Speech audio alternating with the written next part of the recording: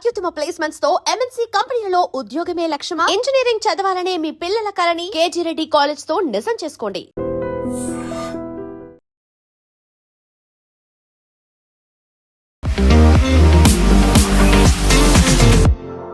నమస్తే, నేను కవిత. Welcome to iDream news and నిజాలు. Israel latest defence technology equipment ఉండేటువంటి దేశం. అలాంటి దేశాన్ని ఇరాన్ తనకున్నటువంటి ఏఐ పరిజ్ఞానంతో ఎదుర్కొంటోంది. యాక్చువల్గా అక్కడ ఏం జరుగుతోంది? అమెరికా ఇజ్రాయెల్కి ధీటుగా ఇరాన్ సమాధానం ఇస్తోందా, లేకుంటే పక్కదారి పట్టిందా? అదంతా కూడా ఇప్పుడు ఇతర ముస్లిం దేశాల మీద ఎందుకని అటాక్ చేస్తోంది? అందులోనూ ప్రధానంగా స్వశక్తితో ఎంతో కష్టంతో ఎదిగినటువంటి దుబాయ్ ఒక సేఫెస్ట్ డెస్టినేషన్ అనుకున్నారు. దాని మీద ఎందుకని అటాక్ చేసింది? మనతో పాటుగా ఉన్నారు సీనియర్ జర్నలిస్ట్ సురేష్ కొచ్చాతిల్ గారు. సార్ నమస్తే. సో మనం అన్నిట్లలోనూ ఈ విజువల్స్ ఇవన్నీ చూసిన తర్వాత మోస్ట్ టెరిఫైయింగ్గా కనిపించింది ఏంటి అంటే దుబాయ్ అందరికంటే కూడా చాలా సేఫ్గా ఉంటుంది. ఒక సేఫ్ జోన్ అని భావిస్తున్నారు, ఒక సేఫ్ డెస్టినేషన్ అనుకున్న దగ్గర అదెందుకు టార్గెట్ అయింది అసలు? ఇప్పుడు దుబాయ్ అనగానే it's tourist more than anything. Tourist వాళ్ళ దగ్గర ఆయిల్ లేదు, ఏం లేదు. ట్రేడింగ్ అండ్ టూరిజం అక్కడ చాలా లోకంలో చాలామంది ఇప్పుడు అక్కడ వచ్చి పనిచేస్తున్నారు కూడా, ఎక్స్పాట్రియేట్స్, ఎందుకంటే ట్యాక్స్ లేదు. So that's a big attraction. And Sharjah కానీ దుబాయ్ కానీ వీళ్ళొక రీసెర్చ్ అండ్ ఎడ్యుకేషన్ బేస్గా తయారు చేస్తున్నారు. వాళ్ళ రాజధాని అబుదాబి ఉండొచ్చు, ఎమిరేట్స్ది, కానీ అట్ ద సేమ్ టైం ఈ దుబాయ్ ఇస్ చాలా మటుకు ఒక టూరిస్ట్ డెస్టినేషన్. అది బుర్జ్ ఖలీఫా ఉండొచ్చు, దుబాయ్ షాపింగ్ మాల్ ఉండొచ్చు, బ్యాబ్ స్వామినారాయణ మందిర్ ఉండొచ్చు అబుదాబీలో. చాలా మటుకు వాళ్ళ టూరిజమే తిరుగుతుంది దాని చుట్టుపక్కల అంతా. అట్లాంటి ప్లేస్లో దుబాయ్ మీద ఎందుకు అటాక్ చేశారు? ఫస్ట్ వీళ్ళు అటాక్ చేసింది దుబాయ్ ఎయిర్పోర్ట్ మీద, విచ్ ఇస్ అబ్సల్యూట్లీ షాక్ అయిపోయారు అందరు. ఎందుకంటే లోకంలో one of the largest airports in the world is Dubai. Okay, అది కూడా ఒక ట్రాన్సిట్ డెస్టినేషన్గా వాడుకుంటారు చాలామంది. అక్కడ నుంచి మన వైపు నుంచి చాలా మటుకు ఇండియన్ సిటీస్ నుంచి దుబాయ్కి వస్తారు. దుబాయ్ నుంచి మళ్ళీ అది యూకే కానీ యూఎస్ కానీ అక్కడి నుంచి ఫ్లైట్స్ తీసుకుంటారు, జర్మనీకి కూడా. ఇదెందుకు జరిగింది? ఎందుకంటే ఇప్పుడు ఇరాన్ ఒక రీజనింగ్ ఏంటంటే, ఇరాన్ వాళ్ళ రీజిమ్ లేదు ఇప్పుడు. వాళ్ళ హెడ్ ఆఫ్ సుప్రీం లీడర్ పోయారు, 40 కమాండర్లు పోయారు. వాళ్ళ దగ్గర ఉన్న అంత సెకండ్ లెవెల్ కమాండర్స్ ఉన్నారు ఇప్పుడు. వాళ్ళు నిర్ణయం తీసుకుంటున్నారు ఇప్పుడు. పాసిబ్లీ వీళ్ళు రాసి పెట్టుంటారు ముందే, నేను పోతే కూడా చేయాలని చెప్పేసి. ఏంటంటే ఎకనామిక్ అసెట్స్ని కొట్టండి. ద సేమ్ టైం యూఎస్ వాళ్ళ బేస్ ప్రతి దేశంలో ఒక బేస్ ఉంటుంది యూఎస్కి, వెస్ట్ ఏషియాలో. అది యుఏఈ ఉండొచ్చు, బహ్రెయిన్ ఉండొచ్చు, సౌదీ అరేబియా ఉండొచ్చు, ఒమాన్ ఉండొచ్చు, ఏ దేశం అయినా, ఖతార్ విత్ బిగ్గెస్ట్ బేస్. ఎక్కడున్నా కానీ వాళ్ళని హిట్ చేయండి మీరు. సెకండ్, వీళ్ళ ఎకనామిక్ అసెట్స్ని కొట్టండి. సౌదీ అరేబియా అరామ్కో రిఫైనరీ కొట్టారు నిన్న, విచ్ ఇస్ అబ్సల్యూట్లీ లోకంలో ఏం చెప్తారు, one of the biggest refineries అది. దాంతో ఇమ్మీడియట్గా ఆయిల్ ప్రైసెస్ పెరిగింది. స్ట్రైట్ ఆఫ్ హోర్మూజ్ అయితే క్లోజ్ చేశారు, అది ఇంకోటి. చూడండి, అసెట్స్ని కొడుతున్నారు, స్ట్రైట్ ఆఫ్ హోర్మూజ్ క్లోజ్ చేశారు. అది కాకుండా బహ్రెయిన్ వైపు యుఎస్ 7th ఫ్లీట్ని కొట్టారు. బహ్రెయిన్లో ఉన్న సివిలియన్స్ బిల్డింగ్ని కూడా కొడుతున్నారు. నేను ఒమాన్ అనే రాజ్యం వాళ్ళది పీస్ టాక్స్ నడిపిస్తున్న వాళ్ళే. మా బ్రదర్ ఒమాన్ ఉంటారు, ఆయన మన మీద ఎవరు దాడి చేయరని చెప్పారు. గంట సేపు తర్వాత ఆడే మెసేజ్ నాకు పెట్టాడు, బాంబు పడ్డది ఇక్కడ కూడా అని చెప్పి. ఎప్పుడు అనుకోలేదు వాళ్ళు ఏమనుకున్నారంటే మేము చాలా సేఫ్గా ఉంటాం, మమ్మల్ని మేమే నెగోషియేట్ చేస్తున్నాం వీళ్ళ వైపు నుంచి, మా మీద అందుకు బాంబు వేస్తాం. వాళ్ళ మీద కూడా వేసారు తీసుకొచ్చి. సో ఇదొక ప్రాబ్లం వస్తుంది. ఇరాన్ 2 రీజన్స్ ఉండొచ్చు కవిత గారు దీంట్లో. ఒకటి, ఇరాన్ ఏం చెప్తున్నా అంటే వీ విల్ నాట్ సరెండర్. మా దగ్గర ఉన్న బ్యాలిస్టిక్ టెక్నాలజీ మీరేదో చాలా చిన్న పిల్లల దగ్గర దివాళీ పండగలాగా అనుకున్నారు, కాదు. We can really use it our advance. Drone and ballistic drone వాడారు సౌదీ అరేబియా రిఫైనరీ మీద. పామ్ జుమేరా మీద అటాక్ చేశారు దుబాయ్లో. అది ఆలోచించి, that again is a land mark. World's richest people అక్కడ ఉంటారు, డబ్బులు ఉన్న వాళ్ళు, వాళ్ళ మీద దాడి చేశారు నేను. సో ఇదొక షాక్ అనమాట గల్ఫ్ కంట్రీస్ కూడా. వాళ్ళు మొన్నదాకా ఏమనుకున్నారంటే, దట్ మా మీద దాడి చేయరు, మ్యాక్సిమం అమెరికన్ బేసెస్ మీద దాడి చేస్తారు, అది వాళ్ళు చూసుకుంటారు, మా మీద చేయరు అనుకున్నారు. ఈవెన్ 12 Day వార్లో అప్పుడు జరిగినప్పుడు 6 months ముందు అప్పుడు చూశారు మీరు. అప్పుడు డైరెక్ట్ ఖతార్ మీద వాళ్ళు దాడి చేశారు, కానీ Qatar air force base, US air force మీద దాడి చేశారు ఖతార్ మీద. అది కూడా చెప్పి చేశారు వాళ్ళు, మేము పంపిస్తున్నాం డ్రోన్లు అని చెప్పేసి. ఇది అట్లా కాదు. ఇది ఇప్పుడు ఇవాళ పొద్దున American embassy Riyadh, Saudi Arabian capital ఉన్న అమెరికన్ ఎంబసీని కొట్టారు, రెండు డ్రోన్లతో కొట్టారు. అంటే మనం అనుకున్నాం ఇది వీళ్ళ దగ్గర అసలు బేసిక్ టెక్నాలజీ కూడా లేదనుకోని నాకు డౌట్ ఏమొస్తుందంటే బహుశా వీళ్ళకి చైనా దగ్గర నుంచి హెల్ప్ వస్తుందని యూఎస్ ఇంటెలిజెన్స్ ఇప్పుడు చెప్తున్నారు. చైనా మాత్రం సైలెంట్గా ఉంది. ఎందుకంటే వీళ్ళ దగ్గర శాటిలైట్స్ లేవు. ఈ డ్రోన్స్ని గైడ్ చేయడానికి, ఈ మిసైల్స్ని గైడ్ చేయడానికి మీకు శాటిలైట్ టెక్నాలజీ చాలా పనికి వస్తుంది. ఇదేదో జీపీఎస్ కోఆర్డినేట్ చేసి పంపించడం కాదు, ఉంటుంది దాంట్లో, కానీ that can always go wrong. ఇది శాటిలైట్ ఇమేజరీ వీళ్ళకి ఎక్కడి నుంచి, పాకిస్తాన్ మీరు గుర్తుపెట్టిన ఆపరేషన్ సింధు టైంలో పాకిస్తాన్ని హెల్ప్ చేసిన దేశం China. Real time intelligence, satellite intelligence ఇచ్చారు వాళ్ళకి. మన ఎయిర్ ఫోర్స్ బేస్లు కానివ్వండి, మన మిసైల్ సిస్టమ్స్ కానీ, మన S-400 ఎక్కడ ఉందని పాకిస్తాన్కి చెప్పింది చైనా. సో డెఫినెట్గా ఒక డౌట్ ఉంది ఇప్పుడు యూఎస్ ఇండియా, కానీ ఇప్పుడు వాళ్ళు చైనాతో ఇప్పుడు డీల్ చేస్తలేరు, పక్కన పెట్టారు వాళ్ళు. ద ఇమీడియట్ కన్సర్న్ అంటే ట్రంప్కి ఈ యుద్ధం ఎన్ని రోజులు ఉంటుందో అని. ఎందుకంటే ఫస్ట్ టైం 2 సెనారియోస్ ఉన్నాయి కవిత. ఒకటి, గల్ఫ్ స్టేట్ అందరు కోపం వచ్చి అందరు కలిసి ఇరాన్ని కొడతారు. యుఎస్, ఇజ్రాయెల్ ఎనీవే కొడుతున్నారు, కానీ గల్ఫ్ స్టేట్ కూడా ఏమంటారు, చాలా అయిపోయింది, బోత్ హోగ్యా, చలో అవి మేము కూడా దిగుతామని చెప్పి వాళ్ళు కూడా దిగుతారు. మీరు ఇజ్రాయెల్ మీద దాడి చేయండి, మీరు యూఎస్ మీద దాడి చేయండి, మా మీద ఎందుకు చేస్తున్నారు, మా ప్రజల మీద ఎందుకు చేస్తున్నారు. ఇన్ఫ్యాక్ట్ మా ఊరు నుంచి ఒక ఆయన మొన్న బయటకు వచ్చి నిలబడితే ఆయన మీద ఒక డ్రోన్ పీస్ వచ్చి పడ్డది. ఈ lost his leg from my home town. ఆయన తప్పు, బయట రాకూడదని చెప్పారు. అప్పుడు బయట వచ్చి నిలబడి చూడడానికి మన హ్యూమన్ టెండెన్సీ ఉంటుంది కదా అది. సో ఇప్పుడు జరిగే దాంట్లో కవిత గారు ద మోస్ట్ డేంజరస్ థింగ్ ఏంటంటే, ఒకటి ఆయిల్ ప్రైసెస్ అదైతే పెరుగుతుంది, కానీ $10 పెరిగి అక్కడే స్టేషనరీగా ఉంది, మూవ్ కావట్లేదు. ఎందుకంటే ఓపెక్ వాళ్ళ ప్రొడక్షన్ పెంచేశారు. So that will strait of Hormuz open పెట్టడానికి చాలా క్రూషియల్. ఎందుకంటే సూయజ్ కెనాల్ నుంచి వచ్చి స్ట్రైట్ ఆఫ్ హార్మూజ్ నుంచి వచ్చి ఒక యూటర్న్ తీసుకుంటుంది చిన్న, at the widest point near Gulf of Oman 36 కిలోమీటర్లు అంతే ఇది వెడల్పు. అక్కడి నుంచి షిప్స్ ఇట్లా తిరిగి రావాలన్నమాట, ఒక డ్యాన్స్ చేస్తారు వాళ్ళు, అది literally. And these are huge crude oil ships అనమాట, మ్యాసివ్. వీళ్ళని ఆపారనుకోండి, ఇది మొన్ననే ఒకటి ఫైర్ చేశారు ఒమాన్ దగ్గర, దాని మీద స్టిల్ ఆన్ ఫైర్ యాక్చువల్లీ ఆ షిప్. మొత్తం ఆగిపోతే గల్ఫ్లో నుంచి బయటికి వచ్చే 20% టోటల్ పెట్రోలియం ప్రోడక్ట్స్ ఆగిపోతుంది, గ్యాస్ అండ్ పెట్రోలియం రెండు. నిన్న మీరు గుర్తుపెట్టుకోండి, నిన్న Qatar has announce suspension of gas. Immediately యూరోప్లో దాని ఎర్త్క్వేక్ వచ్చింది ఇమ్మీడియట్గా ఇంపాక్ట్. ఎందుకంటే యూఎస్ చాలా మటుకు రష్యన్ గ్యాస్ ఆపిన తర్వాత ఖతార్ మీద డిపెండెంట్గా ఉన్నారు, కొంచెం సౌదీ అరేబియా మీద కూడా. కానీ Qatar is the largest producer, Iran is the second largest producer. Iran నుంచి తీసుకోలేరు, ఖతార్ నుంచి ఇప్పుడు ఖతార్ వాళ్ళ ప్రొడక్షన్ ఆపేశారు, వాళ్ళ బేస్ మీద కూడా అటాక్ చేశారు, గ్యాస్ బేస్ మీద. రష్యా, ఇప్పుడు ఆలోచించండి, నేను మొన్న ట్వీట్ చేశాను, బహుశా మీకు చెప్పుంటాను. I tweeted that president Trump భారతదేశం మీద ఇంకొక 25% పెడతారంట టారిఫ్. ఎందుకంటే మీరు రష్యా దగ్గర నుంచి ఆయిల్ కొనట్లేదని చెప్పి. రష్యా దగ్గర నుంచి కొనండి ఆయిల్ అని. నిన్నప్పుడు చూస్తే నేను ఈవినింగ్ కాగానే the ministry of external affairs I sent out and appeal to government of India, మీరు యూఎస్తో మాట్లాడి చెప్పండి, మాకు అర్జెంటుగా రష్యా దగ్గర నుంచి ఆయిల్ కొనాల్సిందే, ఇంటర్వ్యూన్ అవ్వండి ఇప్పుడు. బికాస్ మిగతా ఆయిల్ సోర్సెస్ బంద్ అయిపోయినాయి ఇప్పుడు. లేకుంటే మనం $80, $90 పర్ బ్యారెల్ ఇవ్వాల్సి వస్తుంది, రష్యా 40కి ఇస్తున్నారు మనకి డిస్కౌంట్లో. సో సిచ్యువేషన్ ఆ పరిస్థితికి వచ్చేసిందన్నమాట. ఎకనామిక్లీ ఇరాన్ కొడుతున్నారు, బహుశా ఎక్కువ రోజులు ఉండదు వాళ్ళ దగ్గర, ఎందుకంటే ఎన్ని మిసైల్స్ ఉన్నాయి ఇరాన్ దగ్గర. ఆన్ దేర్ ఓన్ వాళ్ళ దగ్గర ఉన్న 20,000 బ్యాలిస్టిక్ మిసైల్స్ ఉన్నాయి, దాంట్లో ఆల్రెడీ ఒక 5-6 వేలు వాడుకున్నారు. మిగతా దాన్ని యూఎస్ డిస్ట్రాయ్ చేశారంటారు, ఎంత డిస్ట్రాయ్ చేస్తే తెలియదు. వాళ్ళు మ్యాక్సిమం స్టాక్ పైల్స్ వాళ్ళది పెట్టుకున్నది హెజ్బుల్లా దగ్గర ఉంది, హెజ్బుల్లాకి పంపించారు వాళ్ళు. రేపు ఏమైనా అయితే ప్రాబ్లం అయితే మీరు అక్కడి నుంచి షూట్ చేయండి, మేము ఇక్కడి నుంచి చేయలేమని చెప్పి హెజ్బుల్లాకి ఇచ్చారు. హెజ్బుల్లా దగ్గర 120,000 మిసైల్స్ ఉన్నాయి, దాంట్లో చాలా మటుకు వాళ్ళు ఇజ్రాయెల్ వాళ్ళు డిస్ట్రాయ్ చేశారు, ఫస్ట్ ఆ వార్లోనే డిస్ట్రాయ్ చేశారు October 7 తర్వాత. ఇంకా ఎంత ఉందో అని అడిగితే 40,000 ఉందంటున్నారు ఇప్పుడు దాకా. ఆ 40,000లో ఆల్మోస్ట్ ఒక 5,000 మొన్న వాడారు వాళ్ళు లాస్ట్ 1 వీక్లో. దాన్ని కూడా ఇజ్రాయెల్ తర్వాత ధ్వంసం చేశారు, లాంచ్ చేసిన ధ్వంసం చేశారు, మిసైల్ ప్రొడక్షన్. ఇప్పుడు ఇరానియన్ మిసైల్ ప్రొడక్షన్ ఫెసిలిటీ మీద కొడుతున్నారు అమెరికా. ఎందుకంటే ఏ ఫ్యాక్టరీ అయినా వీళ్ళని హెల్ప్ చేస్తున్నారో ఈ మిసైల్ ప్రొడక్షన్ వాళ్ళు కొడుతున్నారు.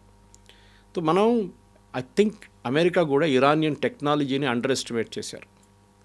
ఇరాన్ దగ్గర ఏదో చిన్నపిల్లల దగ్గర ఉన్న దివాళీ రాకెట్ లాగా పటాకాలాగా అనుకున్నారు, కాదు. I think they got a very sophisticated technology వాళ్ళ దగ్గర. Iranian education system is one of the best.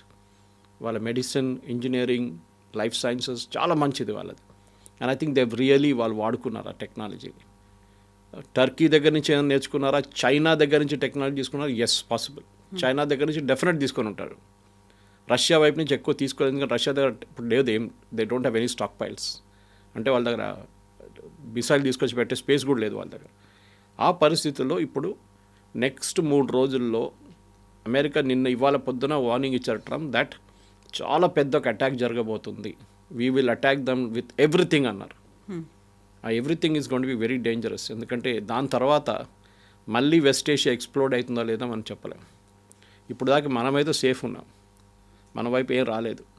కానీ ఇక్కడ మనకు అన్నిటికీ పెద్ద ప్రాబ్లం రాబోతుంది పెట్రోలియం ప్రైసెస్. అది మనకి రష్యా దగ్గర నుంచి కొనుక్కుంటే వీ విల్ రెడీ, శాంక్షన్స్ పెట్టండి మా మీద, మాకు కావాలి రష్యా దగ్గర తీసుకుంటామంటాం మనం. అండ్ ప్రెసిడెంట్ ట్రంప్ ఆల్సో వాళ్ళు ఏం చేయరు, they will agree to it. ఈ పరిస్థితుల్లో రష్యా గ్యాస్ కూడా సప్లై చేయాల్సి వస్తుంది యూరోప్కి. అది ఆపెట్టారు. నార్త్ స్ట్రీమ్ ఒక పైప్ లైన్ ఉంది గ్యాస్ది, అది ఆఫ్ చేసి పెట్టారు వీళ్ళు యూరోపియన్. మాకు అక్కర్లేదు గ్యాస్ మీ దగ్గర నుంచి అని చెప్పి ఇప్పుడు అడుగుతున్నారు నిన్నటి నుంచి, ప్లీజ్ మాకు గ్యాస్ ఇవ్వండి అని చెప్పి. బికాస్ యూరోప్లో వింటర్ ఇప్పుడే అవుతుంది. సో దట్ మ్యాసివ్ ఇంపాక్ట్ ఉండబోతుంది యూరోప్ మీద. పెట్రోలియం ప్రైసెస్ డబుల్ అయిపోతుంది యూరోప్లో. ఎందుకంటే యూరోప్ దగ్గర ఒక్క ప్లేస్ కూడా పెట్రోలియం ప్రొడక్షన్ ఫెసిలిటీ లేదు వాళ్ళ దగ్గర. రిఫైనింగ్ స్పేస్ ఉండొచ్చు కానీ పెట్రోలియం ప్రొడక్షన్ లేదు. సో మన వైపు నుంచి మనం వెనజువేలా, యుఎస్, రష్యా వీళ్ళు 3 సోర్సెస్ నుంచి మనం తీసుకోవాల్సి వస్తుంది. ఈ వార్ ఎండ్ అయిపోతే, స్ట్రైట్ ఆఫ్ హార్మూజ్ ఓపెన్ అయిపోతే దెన్ సిచ్యువేషన్ మళ్ళీ బ్యాక్ టు నార్మల్ వచ్చేస్తుంది. కానీ దాని టైం పడుతుంది. మినిమం ప్రెసిడెంట్ ట్రంపే చెప్తున్నారు ఒక నెల పడుతుందని చెప్పేసి. 3-4 వీక్స్ కంటిన్యూ అవ్వచ్చు అంటున్నారు. We have enough stock. వాళ్ళకి డౌట్ ఏముందంటే నిన్న రాత్రి కూడా జనరల్ పెట్రోల్స్ వాళ్ళ రిటైర్డ్ చీఫ్ అన్నారు, చీఫ్ ఆఫ్ స్టాఫ్ ఉన్న యుఎస్ ఆర్మీది, ఆయన ఏమన్నారంటే I have a doubt America దగ్గర అన్ని మిసైల్స్ ఉందా లేదా అని చెప్పి. మా దగ్గర అన్ని మిసైల్స్ ఉందా లేదా నాకు డౌట్ ఉంది, ఎందుకంటే చాలా వాడుతున్నాం మనం, whether we have that enough production అంటే. Yesterday Trump has given an indication saying full production నడుస్తుంది, we will have no shortage of missiles. కావాలంటే బ్రిటన్ దగ్గర తీసుకుంటాం, జర్మనీ దగ్గర తీసుకుంటాం, ఫ్రాన్స్ దగ్గర తీసుకుంటాం. France has moved the aircraft carrier move చేశారు గల్ఫ్కి. యూకే పార్టిసిపేట్ చేయట్లేదు, భయపడుతున్నారు యూకే, ఎందుకంటే వాళ్ళ దగ్గర పెద్ద ఒక ముస్లిం పాపులేషన్ ఉంది యూకేలో. వాళ్ళు మళ్ళీ ఏదైనా అటాక్ చేస్తారని భయం ఉంది. వితిన్ యూకే ప్రొటెస్ట్ చేసి ఏమైనా అటాక్ చేస్తే ప్రాబ్లం అవుతుందని చెప్పి నిన్న పార్లమెంట్లో కూడా, వాళ్ళ పార్లమెంట్లో చాలా పెద్ద ప్రాబ్లం జరిగింది నిన్న డిబేట్లో. నేను చూశాను, లైవ్గా చూశాను. ఇప్పుడున్న పరిస్థితుల్లో కవిత గారు ఇట్స్ అ మెస్. ఇది ఎన్ని రోజులు ఎవరికి కెపాసిటీ ఉందో దాని మీద ఉంటుంది. ఇరాన్ది అయితే డెఫినెట్లీ ఇరాన్కి ఒక రోజులు ఒక 3-4 వేలు వాళ్ళు యూజ్ చేస్తే కూడా వాళ్ళకి వారం రోజు తర్వాత వాళ్ళు ఏం చేయలేరు. And that is going to be very crucial. Iranian regime పడిపోతుందా లేదా అని ఇప్పుడు అందరూ అదే ఎదురు చూస్తున్నారు అనమాట. ఏ రోజు వాళ్ళు అగ్రీ చేస్తారో దెన్ సిచ్యువేషన్ మారిపోతుంది. ఇప్పుడు ఒమాన్ మాట్లాడుతున్నారు, పీస్ టాక్స్ నడుస్తుంది, మళ్ళీ జెనీవాలో స్టార్ట్ చేద్దామని చెప్తున్నారు. కానీ నాకైతే డౌట్ ఉంది, Iranian regime will not change. ఎందుకంటే వాళ్ళకి ఎండ్ గేమ్కి వచ్చేసారు. ఇప్పుడు పోతే మేము అందరు పోతాం. స్పెషలీ వాళ్ళ రెవల్యూషనరీ గార్డ్ 140,000 మంది ఉన్నారు. Revolutionary guards, hard core Khamenei supporters. వాళ్ళే రోడ్డు మీద వచ్చి దిగుతున్న వాళ్ళని షూట్ చేశారు వాళ్ళే. నెక్స్ట్ వాళ్ళది ఒక సెమీ ఒఫీషియల్ ఉన్న ఒక గ్యాంగ్ లాగా ఉంది, అది 180,000. That's another form of IRGC. వాళ్ళ ఆర్మీ ఏమో 8 లక్షల మంది ఉన్నారు. ఆర్మీ వాళ్ళ దాకా ఇంటర్ఫియర్ చేయలేదు. ఇరానియన్ ఆర్మీ మీద అందరు ఇప్పుడు ఎదురు చూస్తున్నారు. ఈ ఆర్మీ రేపు ఇరాన్లో ట్రంప్ చెప్పిన తర్వాత ఒక లాగా చేస్తే దెన్ సిచ్యువేషన్ మొత్తం మారిపోతుంది. అది మనకు నెక్స్ట్ 2 to 3 డేస్లో తెలుస్తుంది కదా. బట్ ఇవన్నీ పోయి దుబాయ్ మీద ఎందుకు పడ్డారు అనేది, దుబాయ్ ఎంత కష్టపడి ఎంత డెవలప్ చేసుకొని వచ్చింది, అలాంటి దుబాయ్ మీద కూడా టార్గెట్ చేయడము అనేది మళ్ళీ అక్కడ దాన్ని రివైవ్ అవ్వడానికి చాలా టైం తీసుకుంటుంది. అండ్ ఇప్పుడు ప్రపంచం చూస్తేనేమో World War III లోడింగ్ అనేటువంటి మాట ఎందుకు వినిపిస్తోంది అసలు? World War III అయితే రాదండి. World War III this is going to B inter reason conflict. World war అంటే అన్ని నేషన్స్ ఇంపాక్ట్ అవుతుంది. ఇన్వాల్వ్ అవ్వాలి అప్పుడు. చూడండి, సెకండ్ వరల్డ్ వార్లో యూఎస్ ఇన్వాల్వ్ కాలేదు. Till pearl harbour was hit. Japanese వచ్చి పర్ల్ హార్బర్ కెమికల్స్ అటాక్ చేసిన తర్వాతనే యూఎస్ దిగారు దాంట్లో. అది కూడా యూఎస్ ఏం చేశారు, వచ్చి జపాన్ మీద 2 బాంబులు పడేశారు, ఖతం అయిపోయింది, యుద్ధం ఫినిష్. అప్పుడు దాకా వాళ్ళు జర్మనీ కొట్టుకుంటున్నారా, సోవియట్ యూనియన్ కొట్టుకుంటున్నారా, జర్మనీ వెళ్ళి గ్రీన్లాండ్ ఆక్యుపై చేసుకుంటారా, డెన్మార్క్ ఆక్యుపై చేసుకుంటారా, స్పెయిన్ ఆక్యుపై చేసుకుంటారా, వాళ్ళు చూడలేదు. They are not bothered Americans. So third world war అనేది ఇట్స్ ఓన్లీ ఒక టర్మ్ అది. కానీ ఇప్పుడు జరుగుతుంది ఏంటంటే మనం ఎవరి గురించి మాట్లాడలేము. రష్యా యుక్రెయిన్ వార్ ఏమైంది కవిత గారు? ట్రంప్ ఏమన్నారు, నేను ప్రతి దేశాన్ని ఎక్కడెక్కడ యుద్ధాలు ఉన్నా నేనే ఆపుతున్నానని చెప్పిన ట్రంప్ ఆయన ఇప్పుడు యుద్ధంలో దిగారు. రీసెంట్గా 4th year కూడా కంప్లీట్ చేసుకుంది. అక్కడ పాకిస్తాన్, ఆఫ్ఘనిస్తాన్ కొట్టుకుంటున్నారు. పొద్దున ఒక మీమ్ చూశాను, మన ఇండియాలో ఏం చేస్తున్నారంటే మనం 3rd or 4th హోలీ అని కొట్టుకుంటున్నామంట. మన మన వార్ అదే ఉందంట. మనకి ఇంటర్నల్ గా ఉన్నాయి బోల్డ్ ఇష్యూస్. ఇంటర్నల్ వార్లు థర్డ్ కుందా ఫోర్త్ కుందా హోలీ అని చెప్పి కొట్టుకుంటున్నారు. అది మన వార్ అన్నమాట. సో మనం వీఆర్ లక్కీ. మీరు ఆలోచించండి, ప్రతి దేశం ఈజ్ ఆన్ ద ఎడ్జ్. ఆ రీజన్ నుంచి మన పక్కన ఉన్న భారతదేశం ఎక్కువ దూరం లేవు మనం. Oman and all is very close మనకి. ఒక మిసైల్ ఫైర్ చేస్తే రేపు Iran, it can even land in India. కానీ వీఆర్ బీయింగ్ వెరీ కేర్ఫుల్. ఎవరు సైడ్ తీసుకోకుండా మోదీ గారు ఈవెన్ ఖమనీ డెత్ని మనం కండెమ్ చేయలేదు. చాలా కేర్ఫుల్గా ఉన్నాం మనం. ఎందుకంటే చేస్తే ఒకటి అమెరికా యాంటగనైజ్ అవుతారు, రెండోది గల్ఫ్ కంట్రీస్ కూడా వాళ్ళు కోపం పడతారు. ఎందుకంటే వీళ్ళందరూ సున్నీలు, వేరే Shia, Iran is a Shia country. So ఇది జరగబోతుంది. పాకిస్తాన్లో చూడండి ఏం జరిగింది. పాకిస్తాన్లో వాళ్ళ కరాచీలో ఉన్న యుఎస్ ఎంబసీ మీద దాడి చేశారు అక్కడ ప్రొటెస్టర్స్. పాకిస్తానీ పోలీస్ ఏం చేయలేదు, చూసుకుంటూ నిలబడ్డారు వాళ్ళు. అమెరికన్ మెరైన్స్ లోపల నుంచి ఫైర్ చేసి 25 మంది చనిపోయారు వీళ్ళు పాకిస్తానీ ప్రొటెస్టర్స్.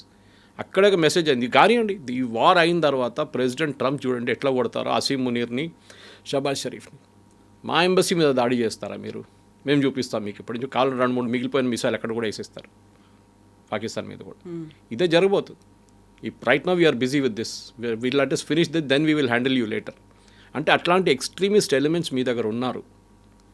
మన దగ్గర కూడా రియలైజ్ అవుతారంటారా? ఎందుకంటే ఎప్పుడు అమెరికా పాకిస్తాన్కి మద్దతు ఇస్తుంది, సపోర్ట్ చేస్తుంది, కావాల్సినటువంటి ఎక్విప్మెంట్ అంతా ఇస్తుంది. అది పాకిస్తాన్కి ఎప్పుడు ఇచ్చేది? ఫస్ట్ తాలిబాన్ టైంలో ఇచ్చారు, సోవియట్స్ని తరిమి కొట్టడం. దాని తర్వాత తాలిబాన్ కొట్టడానికి పంపించారు. ఇప్పుడు తాలిబాన్ పాకిస్తాన్ కొట్టుకుంటున్నారు. అమెరికాకి అక్కడ ఏం ఇంట్రెస్ట్ ఉందంటే అక్కడ నుంచి రేర్ ఎర్త్స్ బయటికి తీయాలి. వాళ్ళు కొంచెం డబ్బులు ఇన్వెస్ట్ చేశారు ప్రెసిడెంట్ ట్రంప్ కంపెనీలో, కొంచెం చాలా డబ్బులు ఇన్వెస్ట్ చేశారు. అసీం మునీర్ లాంటి వాళ్ళు, వాళ్ళని హ్యాపీగా పెట్టుకుంటున్నారు. కానీ ఇట్లాంటి సిచ్యువేషన్కి వచ్చినప్పుడు డెఫినెట్ ఐఎమ్ నో డౌట్ రేపు పాకిస్తాన్ చూడండి, ఇప్పుడు చనిపోయిన తర్వాత కూడా ఖమేనీ పాకిస్తాన్ ఇజ్రాయెల్ని తిడుతున్నారు, which Israel will not take it lightly. ఎందుకంటే నెక్స్ట్ అటామిక్ పవర్ ఉన్నది గల్ఫ్ కంట్రీస్లో అంటే ముస్లిం వరల్డ్లో ఇస్ విత్ పాకిస్తాన్. వాళ్ళు ఎప్పుడో కొట్టడానికి ప్లాన్ చేస్తున్నారు, ఎక్కువ లొల్లి చేస్తే వాళ్ళు కొడతారు. కానీ ద ప్రాబ్లమ్ ఇస్ పాకిస్తాన్ దగ్గర ఉన్న అటామిక్ కేపబిలిటీ అంతా యూఎస్ దగ్గర ఉంది, యూఎస్ నిఘాలో ఉందని. వాళ్ళు దాన్ని తాళం చేయ వాళ్ళ దగ్గర ఉంది. Pakistan cannot use it. అది యూఎస్కి ఎప్పుడో తెలుసు. అది పిచ్చోన్ చేతిలో రాయిలాగా అయిపోతుంది. అది ఎక్కడ పడేస్తాడో తెలియదు తీసుకెళ్ళి. సో ఇట్లాంటి పరిస్థితుల్లో ఇప్పుడున్న దాంట్లో డెఫినెట్గా పాకిస్తాన్కి వాళ్ళ ఎంత ఎఫర్ట్ పెట్టినా కానీ గల్ఫ్ కంట్రీస్ వాళ్ళు పట్టించుకోరు. ఇటువైపు ఏమో సౌదీ అరేబియా వాళ్ళ ప్రాబ్లం ఉంది, వాళ్ళ మీద దాడి చేస్తున్నారు. రియాద్ మీద దాడి చేశారు, వాళ్ళ అరామ్కో ఫ్యాక్టరీ మీద దాడి చేశారు. ఖతార్ దాడి జరిగింది, కువైత్ మీద దాడి చేశారు.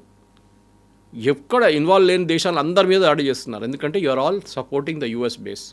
అక్కడ సైప్రస్లో కొట్టారు, యూకే బేస్ని కొట్టారు. ఎందుకంటే అక్కడ నుంచి ప్లేన్స్ టేక్ ఆఫ్ చేస్తుంది. అంటే అంత నాలెడ్జ్ ఉంది వాళ్ళకి. That is the main thing Kavitha garu. మనం అనుకుంటాం ఇరానియన్స్ దగ్గర ఒక టెక్నాలజీ లేదు, ఇంటెలిజెన్స్ లేదు, రెండు ఉన్నాయి వాళ్ళ దగ్గర. They are somehow getting the intelligence. ఎక్కడి నుంచి మీకు ఎట్లా తెలుసు సైప్రస్ నుంచి టేక్ ఆఫ్ చేశాను యూఎస్ జెట్స్ అని? వాళ్ళకి తెలిసిపోయింది అది. దానికోసం వాళ్ళు కొట్టారు. డియోగో గార్షియా కొట్టలేరు. డియోగో గార్షియా పర్మిషన్ లేట్ ఇచ్చారని చెప్పి నిన్న ట్రంప్ స్టామ్ అని చాలా తిట్టాడు నిన్న. మీరు ముందే పర్మిషన్ ఇవ్వండి, మా B-2 బాంబర్స్ అక్కడ ఉండే, మేము మళ్ళీ యూఎస్ నుంచి తెప్పించుకోవాల్సి వచ్చింది మాకు అని చెప్పి. సో ఇది ఇప్పుడు ఎట్లయిపోయిందంటే ఇది ఇరాన్ని ఒక గాజా లాగా తయారు చేస్తారు. ఇప్పుడు చూస్తూనే ఉండండి. End of it all Iran will resemble Gaza. అది పరిస్థితి. హెజ్బుల్లాని వాళ్ళు చూసుకుంటారు, ఇజ్రాయెల్ నేను చెప్పాను చూడండి. ఇటువైపు హమాస్ ఇస్ ఆల్మోస్ట్ ఫినిష్డ్, వాళ్ళు ఏం మాట్లాడలేదు. ఇప్పుడు హూతీలను చూసుకోవాలి, అది యూఎస్ చూసుకుంటారు. కావాలంటే ఇండియా కూడా అప్పగిచ్చేస్తారు, మీరు చూసుకోండి హూతీలు అని చెప్పేసి. అది కూడా జరుగుతుంది. దిస్ ఇస్ ద సిచ్యువేషన్ నా. సో ఇరాన్ నుంచి నినాదాలు వచ్చేవి, death to Israel, death to America అని వచ్చేది. ఆ రెండూ కలిసాయి. ఇప్పుడు ఖమేనీని చంపేసిన తర్వాత స్టిల్ అదే కండిషన్ ఇంకా కంటిన్యూ అవుతుంది. ఎందుకంటే ఒక స్ప్లిట్ అనేది ఇరాన్లో కూడా కనిపించింది. చాలా వరకు బయటకు వచ్చారు, సెలబ్రేట్ చేసుకున్నారు. ఉమెన్ డాన్సులు చేయడాన్ని నిషేధిస్తే ఆ డాన్స్ వీడియోస్ కూడా ఇప్పుడు సోషల్ మీడియాలో కనిపిస్తున్నాయి. బట్ అక్కడున్నటువంటి రివల్యూషనరీ గార్డ్స్ మొత్తం టేక్ ఓవర్ చేసుకున్నారు, వాళ్ళు అటాక్ చేస్తున్నారు.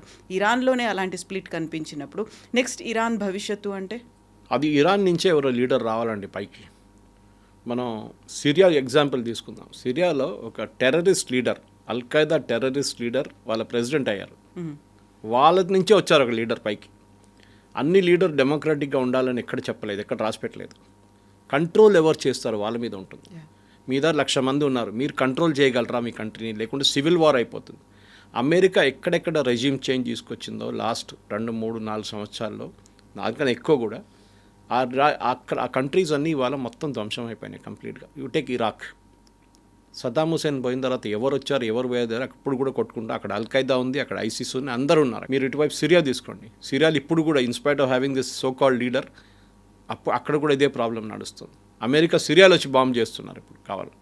అటువైపు మీరు యూ టేక్ ఇరాక్ అయిపోయింది, ఆఫ్ఘనిస్తాన్ పరిస్థితి చూడండి అదే సంగతి, లిబియా సేమ్, అక్కడ సివిల్ వార్ నడుస్తుంది ఇప్పుడు కూడా. సో అమెరికా ఎక్కడెక్కడ వెళ్ళారో ఎక్కడెక్కడ రెజ్యూమ్ చేంజ్ చేశారో అక్కడ స్టెబిలిటీ ఎప్పుడు రాలేదు. మీరు బంగ్లాదేశ్ చూశారు, మీరు బంగ్లాదేశ్లో కూడా చాలా రోజులు ప్రాబ్లం ఉండే, అక్కడ కూడా నేపాల్లో ప్రాబ్లం జరిగింది. ఎక్కడెక్కడ వీళ్ళు ట్రై చేశారో ఎక్కడ సక్సీడ్ కావట్లేదు. చేశారు కానీ రెజ్యూమ్ మార్చారు, కానీ మీకు ఇవాళ మీ దగ్గర లిబియన్ ప్రెసిడెంట్ పేరు అడిగితే మీకు తెలియదు. You would known Gaddafi. Iraq president పేరు అడిగితే మీకు తెలియదు, నాకు కూడా తెలియదు.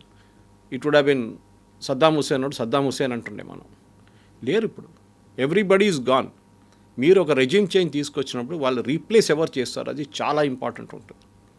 అది ఇరాన్లో కూడా ఇంపార్టెంట్. మీరు బయట నుంచి రేజా పేల్వీని తీసుకొస్తే ఆయన 50 సంవత్సరాలు దేశం నుంచి బయటకు ఉన్నాం, ఏం చేయలేడు. I give an example. మీరు వెనిజువేలా జరిగినప్పుడు మడూరోని కిడ్నాప్ చేసి తీసుకెళ్ళినప్పుడు ఫస్ట్ ట్రంప్ ఏమన్నారు, ఆ నోబెల్ ప్రైజ్ గెలిచిన ఆమె ఉంది కదా, ఆమెను తీసుకొచ్చాడు మషాడో. ఏమైంది దాని తర్వాత? వాళ్ళ అడ్వైజర్ అన్న వద్దు, ఆమెకి ఎక్స్పీరియన్స్ లేదు, దేశం నడిపేయడంటే చిన్నపిల్లల ఆట కాదు, జస్ట్ కీప్ హర్ అవుట్. మాట్లాడడానికి చాలా బాగా మాట్లాడుతుంది కానీ దేశం దాంతో నడవదు. వాళ్ళ దాంట్లోనే ఎవరిని ఉన్నా సెలెక్ట్ చేయండి వాళ్ళంటే మళ్ళీ వాళ్ళ వైస్ ప్రెసిడెంట్ సెలెక్ట్ చేసి ఆమెకి ఇన్స్ట్రక్షన్స్ ఇచ్చారు, దేశం ఇట్లా నడిపియండి, డబ్బులు మేము ఇస్తాం, ఆయిల్ రిఫైనరీస్ అన్ని మేము రిపేర్ చేపిస్తాం, but you run the country. దానికోసం వెనిజువేలాలో ఇవ్వాల దాకా మీరు ఒక రైట్ వినలేదు, ఒక ఫైటింగ్ వినలేదు, ఒక ఫైరింగ్ వినలేదు, ఏం జరగలేదు. అక్కడ చాలా పీస్ఫుల్గా నడుస్తుంది. బట్ అక్కడ కూడా ఇప్పుడు ఇరాన్లో కూడా మేమే నెక్స్ట్ ఎవరు అనేది డిసైడ్ చేస్తామని ట్రంప్ చెప్తున్నాడు. నిజంగా అది పాసిబిలిటీ ఉందా? ట్రంప్ డిసైడ్ చేయలేరు, హీ కెనాట్ డిసైడ్.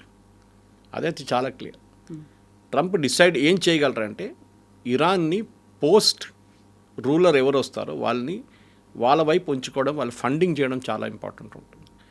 ఇరాన్లో కవిత గారు రాజా పేల్వి ఫస్ట్ వీళ్ళ ఫాదర్ ఉన్నప్పుడు 79లో డిపోజ్ అయ్యారు ఆయన. 79 నుంచి 2026 వచ్చేదాకా ఇరానియన్ కరెన్సీ 99% డీవాల్యూ అయిపోయింది. ఎగ్జాంపుల్ ఇస్తాను, మన రూపీస్ తీసుకుందాం. మనం 100 రూపాయలు మీరు బ్యాంకులో వేస్తే మీ డిపాజిట్లో ఆ 100 రూపాయలకి ఇవాళ విలువ ₹1. ఆలోచించండి, మీరు బ్యాంక్లో ₹1,00,00,000 వేశారు, దాని విలువ ఎంత ఉంటుంది ఇవాళ? పోయింది, మొత్తం డబ్బులే పోయింది, complete wiped out. Iranian currency worthless అయిపోయింది. పేపర్ ఇప్పుడు ఒక లోఫ్ బ్రెడ్ కొనాలంటే చిన్న ఒక ట్రక్లో తీసుకెళ్ళాలి డబ్బులు అంతా. అక్కడే ప్రాబ్లం అంతా స్టార్ట్ అయింది. ఇప్పుడు 6 నెలల ముందు మన ప్రొటెస్ట్ ఎందుకు స్టార్ట్ అయింది, అక్కడ బాజారీస్ అంటారు, అంటే బాజార్ నడిపిస్తున్న వాళ్ళు ట్రేడర్స్. వాళ్ళు ఏమంటున్నారు అంటే మా దగ్గర ఎవరు రావట్లేదు కొనడానికి, nobody is coming to buy anything from us. మేమేం అమ్మాలి, మేము కరెన్సీకి వాల్యూ లేదు, నీళ్ళు లేవు వాళ్ళ దగ్గర. ఇప్పుడు పవర్ సప్లై ఎరాటిక్గా ఉంది, ఎందుకంటే ఇరాన్ దగ్గర మేము చెప్పాను చూడండి, 2nd largest gas production in the world, capacity production కాదు వాళ్ళ దగ్గర ఉన్న asset. 3rd largest oil reserves in the world. First is Venezuela, 2nd Saudi Arabia, 3వది ఇరాన్. గ్యాస్లో first is Qatar, 2nd is Iran. కానీ లాస్ట్ 3 సంవత్సరాల్లో Iran produce చేసింది total oil ప్రొడక్షన్లో 3%. మినిమం 20-22% ప్రొడ్యూస్ చేయాల్సిన ఒక కంట్రీ ఇస్ డూయింగ్ ఓన్లీ 2%, 3%. అక్కడ ఎందుకంటే యూఎస్ టోటల్ బ్యాన్ పెట్టేశారు, ఎవ్వరు కొనకూడదు వీళ్ళ దగ్గర నుంచి ఆయిల్ అని చెప్పి, రష్యా లాగానే. అక్కడే ప్రాబ్లం వచ్చింది. సో ఇరాన్ ఒక చాలా మోడర్న్ నేషన్ ఉండే రేజా పెల్వి టైంలో. ఆఫ్ కోర్స్ ఈ వాజ్ ద డిక్టేటర్, అది పక్కన పెడదాం మనం, అబ్సల్యూట్ డిక్టేటర్, యూజ్లెస్ ఫెలో అని చెప్పొచ్చు, కానీ కంట్రీ నడిపించారు. సద్దాం హుసేన్ కూడా మీరు అట్లని చెప్పొచ్చు, absolute dictator, 3rd rate character అని చెప్తే కానీ దేశం నడిపించాడు. గదాఫీ కూడా సేమ్ థింగ్, స్టెబిలిటీ ఉండే వాళ్ళకి. Whether you agree with that stability concept అన్నాడు, అది ఇంకోటి. కానీ ఇప్పుడు ఏంటంటే ఇరాన్లో ఈ ఇరానియన్ రెవల్యూషన్ తీసుకొచ్చిన టైం నుంచి ఇప్పుడు దాకా ఫస్ట్ 8 సంవత్సరాలు ఖొమేనీ ఉండే, దాని తర్వాత 40 సంవత్సరాలు ఖమ్నై. ఈ 40 సంవత్సరాల్లో కంప్లీట్ ఎకానమీని ధ్వంసం చేశారు వాళ్ళు. షరియా లా మీద ఇంపార్టెన్స్ పెట్టి అన్ని దేశాలతో కొట్లాడుకొని అమెరికాతో పంగా పెట్టుకున్నారు. అది లాస్ట్ ఇప్పుడు ఈ సిచ్యువేషన్కి ఎట్లా వచ్చిందంటే ఇప్పుడు ఇరానియన్ కరెన్సీకి వాల్యూ లేదు, ఇన్ఫ్లేషన్ ఏమో 49 నుంచి 55% ఇన్ఫ్లేషన్ ఉంది, కొంతమంది 80% అంటున్నారు. ప్రజలకి తినడానికి ఎక్కువ తిండి లేదు అక్కడ, వాళ్ళు సఫర్ అవుతున్నారు. కానీ వాళ్ళ ఎడ్యుకేషన్ సిస్టమ్ చూస్తే one of the best in the world. వాళ్ళ దాంట్లో 98% మహిళలు ఎడ్యుకేటెడ్. చాలా ఎడ్యుకేషన్ సిస్టమ్ సూపర్ ఇరాన్లో.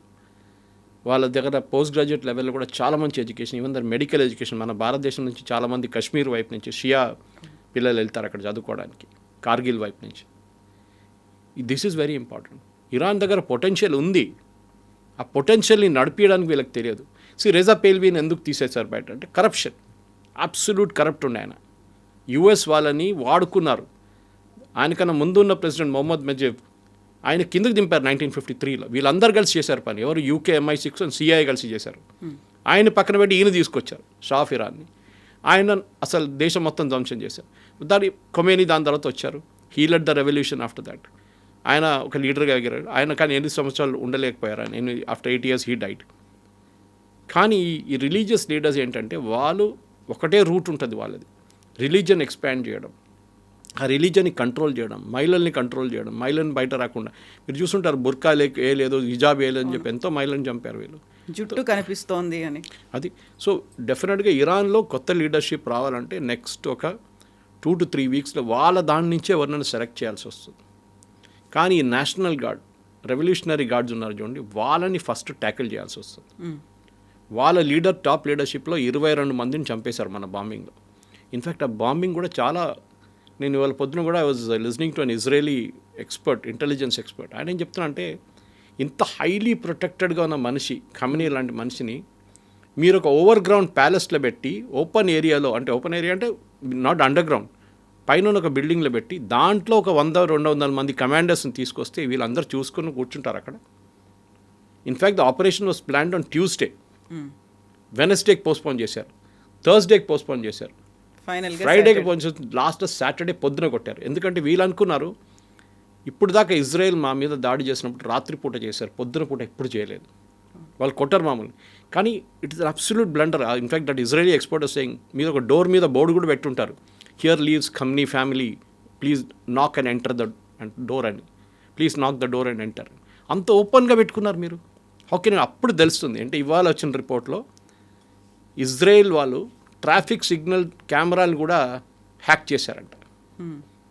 ఈ లీడర్స్ అందరూ ట్రావెల్ చేస్తున్న రూట్ చూసుకోవడానికి మన దగ్గర ట్రాఫిక్ కెమెరాస్ ఎందుకు పెడతారు, బండి ట్రాక్ అది కూడా ఇజ్రాయెల్ వాళ్ళు హ్యాక్ చేశారట. దాన్ని హ్యాక్ చేసి వీళ్ళందరూ ఏ రూట్లో వెళ్తున్నారు, ఎక్కడికి వెళ్తున్నారు కనుక్కుంటే అందరూ ఒకటే రూట్లో వెళ్తున్నారంట. And that the only fellow who escaped yesterday's bombing, I mean ఆ 28th బాంబింగ్ రోజు వాజ్ హెడ్ ఆఫ్ ఇంటెలిజెన్స్. ఆయనకి ఒంట్లో బాగాలేదంట, ఇంట్లో అనుకున్నాడు, ఆయన డెప్యూటీ వెళ్ళిండి, ఆడు చనిపోయాడు. సో ఆ పరిస్థితి they have bill to get superb intelligence. ఇది చాలా ఇంపార్టెంట్. హ్యూమన్ ఇంటెలిజెన్స్ ఒకటి ఉంటుంది, అంటే వాళ్ళు ఇరాన్లో ఉన్న ఈ రెజీమ్ లోపల కూడా దూరారు. వాళ్ళు కాసిం సులైమానీని చంపినప్పుడు there was excellent information. Qasem Soleimani తోడుని ఎవరో ఇన్ఫర్మేషన్ ఇచ్చారు that he's moving in this car from so and so place. ఎందుకంటే 6 కార్లు ఉండే కాన్వాయ్లో, 6 కార్లకు ఒకటే నంబర్ ప్లేట్. మన దగ్గర కూడా చూడండి, రేవంత్ రెడ్డి వెళ్తున్నప్పుడు, చంద్రబాబు నాయుడు వెళ్తున్నప్పుడు కార్ నెంబర్ ప్లేట్ అన్నీ ఒకటే ఉంటుంది. యాక్చువల్లీ ఇట్ ఇస్ ఇల్లీగల్, కానీ సెక్యూరిటీ వైజ్ ఇట్ ఈస్ ఇంపారిటివ్. ఆ కార్లు మారుతూనే ఉంటాయి కాన్వాయ్లో, సో మీకు తెలియదు ఏ కార్లో ఉన్నాడని చెప్పేసి. అదే వీళ్ళు కూడా ఫాలో చేస్తారు. కానీ కరెక్ట్గా అప్పుడు కూడా కొట్టారు సులేమానీని. పక్కన ఉన్న ఏ కార్కి ఏం ప్రాబ్లం రాలేదు. ఆలోచించండి. సో ఇజ్రాయలీ ఇంటెలిజెన్స్ ఆ రోజు జరిగిన దాడిలో చాలా క్లియర్గా, కానీ వీళ్ళు చేసిన అన్నిటికంటే పెద్ద బ్లండర్, అండర్ గ్రౌండ్ బంకర్లో మీటింగ్ పెట్టకుండా మీరు ఒక ఓపెన్, అంటే ఒక ప్యాలెస్లో మీటింగ్ పెట్టి చాలా ఓపెన్గా ఇజ్రాయెల్ చెప్పారు మీరు రావచ్చు కొట్టచ్చు మమ్మల్ని అని చెప్పి, వీఆర్ రెడీ అన్నట్టుగా. But I think that is a blunder, underestimating Israel, are they were plain stupid Iranians. ఎందుకు చేశారో అర్థం కావట్లేదు ఇప్పుడు కూడా.